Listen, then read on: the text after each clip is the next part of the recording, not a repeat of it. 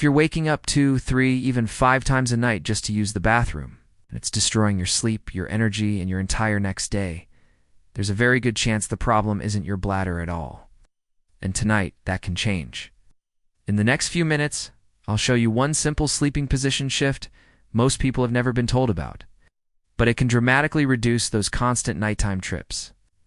Here's the twist. This isn't about drinking less water, cutting tea, or just getting older.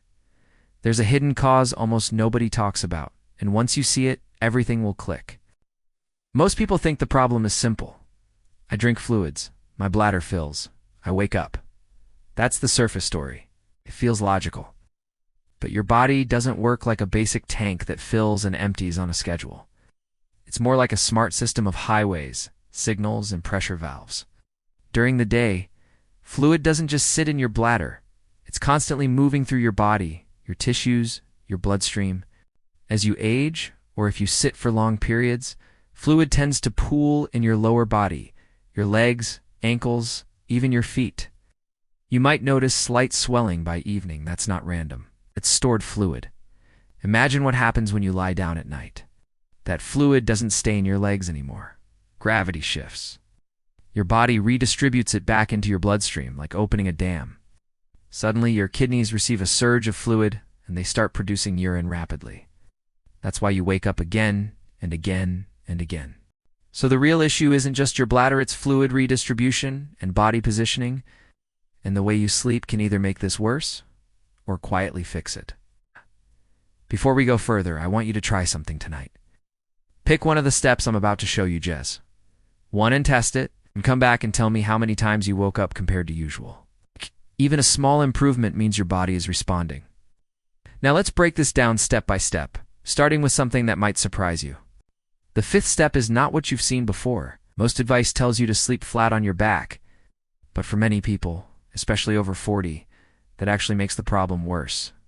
When you lie completely flat, fluid from your lower body moves very quickly into circulation. It's like opening all lanes on a highway at once. Traffic floods in. Your kidneys react fast, and within a short time, you feel that urge to go. Instead, try a slight upper body elevation. Not sitting upright, just a gentle incline. Use one extra pillow, or adjust your bed so your upper torso is raised about 4 to 6 inches. What this does is slow down that fluid shift. Think of it like turning a sudden flood into a controlled stream. Your body processes fluid more gradually, reducing that sudden pressure on your bladder. When you do this right, you may feel less urgency early in the night. The biggest mistake here is going too high. If you're almost sitting, you'll strain your neck and disrupt sleep. Keep it subtle. And as you settle in, you'll notice your breathing feels easier too. That's your signal you're in the right position. Now, once your upper body is controlled, we move to something even more powerful. The 4th step is about your legs, and this is where most people completely miss the solution. Remember that stored fluid we talked about? If you go straight from standing or sitting all day into lying down, you're basically releasing all that fluid at once overnight. So here's the shift. Elevate your legs slightly before sleep. Not all night, just for 20 to 30 minutes before bed. Lie down and place your legs on a pillow so they're slightly above heart level. This encourages fluid to move back into circulation earlier before you fall asleep. It's like emptying a reservoir before closing the system for the night. Your body processes that fluid while you're still awake, meaning less pressure on your bladder later. What you should feel is a lightness in your legs, maybe even a subtle warmth as circulation improves. The mistake here is skipping this step entirely or doing it for just a few minutes. Give your body time to shift that fluid. Once you've done this, the next step becomes even more effective. The 3rd step is your side sleeping position. But not just any side. Most people roll onto their side randomly, but there's a smarter way. Sleeping on your left side can actually support better circulation and reduce pressure on certain organs involved in fluid balance.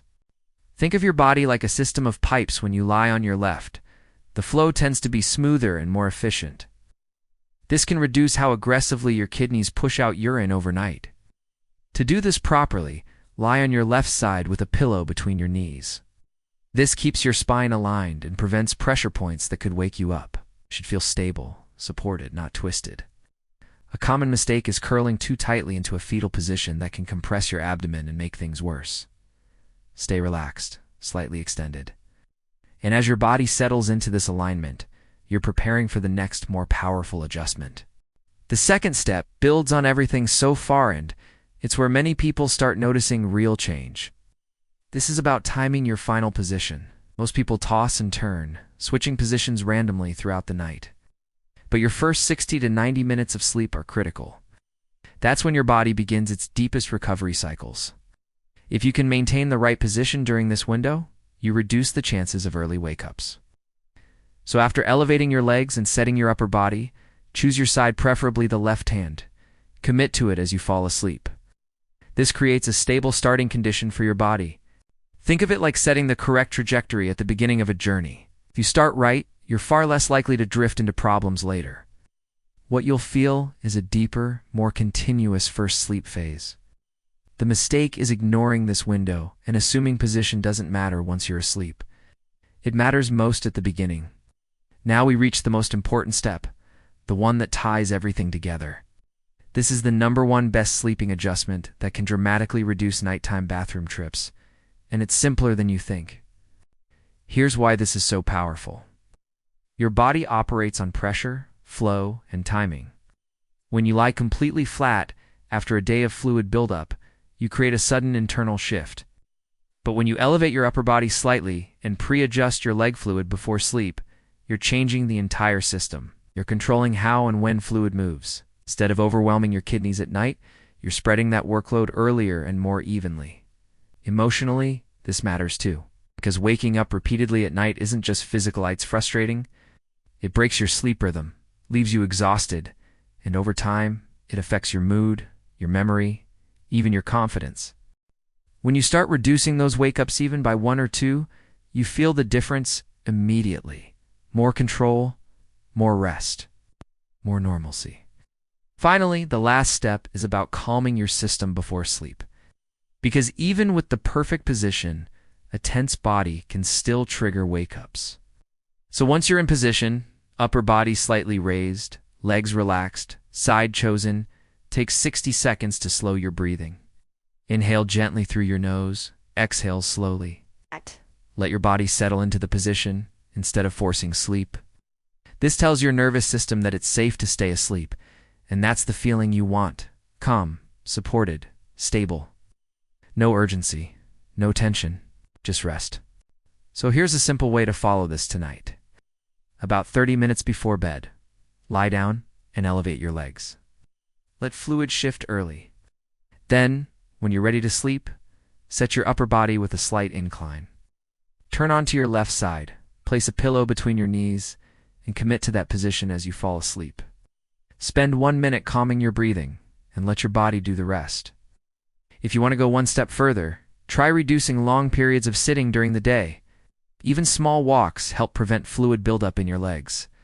And if you notice swelling in your ankles, that's a clear sign this method could work for you.